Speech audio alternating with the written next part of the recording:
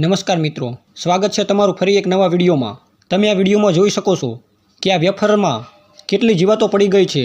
મિત્રો, અત્યારે દરેક વસ્તુમાં ભેળસેળ કરીને તેમજ કેમિકલથી બનાવીને વસ્તુઓ બનતી હોય છે, તેના કારણે જ આ વેફરમાં આટલી બધી જીવાતો પડી ગઈ છે। અને બીજું કારણ એ પણ હોઈ શકે કે આ વેફર ઝાઝા સમય માટે પડી રહેવા દીધી હોય તો પણ તેમાં જીવાત પડી શકે છે। હવે આપણે ધ્યાન રાખવા જેવી એ વાત છે કે જ્યારે પણ આપણે વેફર લઈએ કે ગમે તે વસ્તુ લઈએ ત્યારે એકવાર ચેક તો જરૂર કરી લેવી। અને ખાસ કરીને વેફર તો નાના છોકરાઓ ખાતા હોય છે, તો તમે જ્યારે તમારા બાળકોને વેફર લઈ દો તો તમારે એકવાર જરૂર ચેક કરી લેવી જોઈએ કે વેફરમાં કાંઈ જીવાત તો પડી નથી ને, અને પછી તમારા બાળકને આપવી। નહીતર જો આવી રીતે જીવાત ભરેલી વેફર બાળક ખાશે તો તેને તેનાથી અનેક રોગ પણ થઈ શકે છે।